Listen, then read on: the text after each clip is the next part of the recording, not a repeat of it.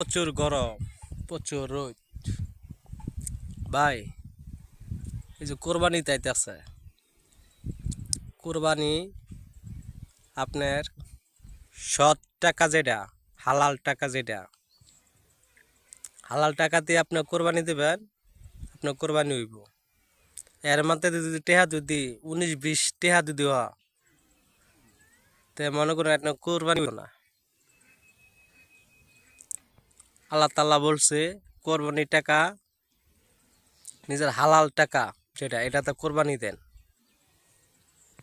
যদি একজনের কাছে তো যদি টেয়া দিয়ে হালত করে যদি কোরআনি দেয়, কোরআনি হইতো না।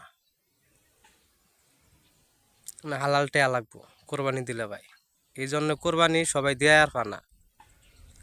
এই জন্যই যারা দেয়ার পা, তারা এই টেহাটা কোরবানির সময় ওই টেহাটা ওই বাসে রাখে, তাই আমি কোরবানি দেম।